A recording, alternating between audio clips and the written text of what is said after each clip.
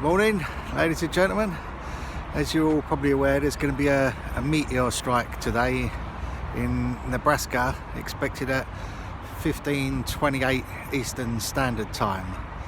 Now, the good news is it's only the size of a suitcase.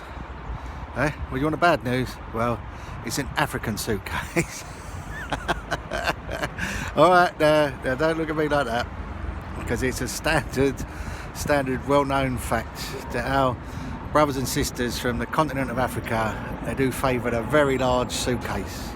I mean, some of them you could fit an upright piano in. But I'm here at Heathrow this morning, so I see it all the time. But I've often thought to myself, like, where would you go to get a suitcase like that? Now, I know the sharper sparks amongst you out there would say, well, Africa, of course. But no, that's not the case, because I've looked into this, and what it is, see, what they do, they just bolt a handle to the wardrobe and say, boom, off and they go.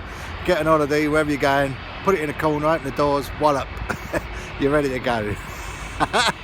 So you know, if you want a suitcase like this, I suggest really you go to IKEA. I'm thinking about trying to include the African suitcase into the Unofficial Weights and Measures Act. Like, we're all familiar with it.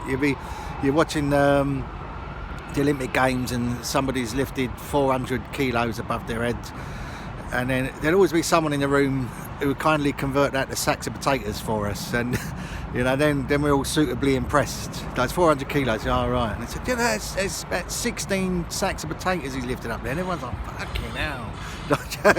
But there's standard measures in this Unofficial Act. You've got it starts with packet of sugar, sack of potatoes, an elephant, a double-decker bus, and your jumbo jet.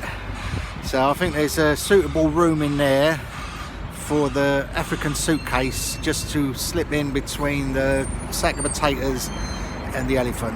So while I'm working on that, you can all talk amongst yourselves, and I'll see you next time.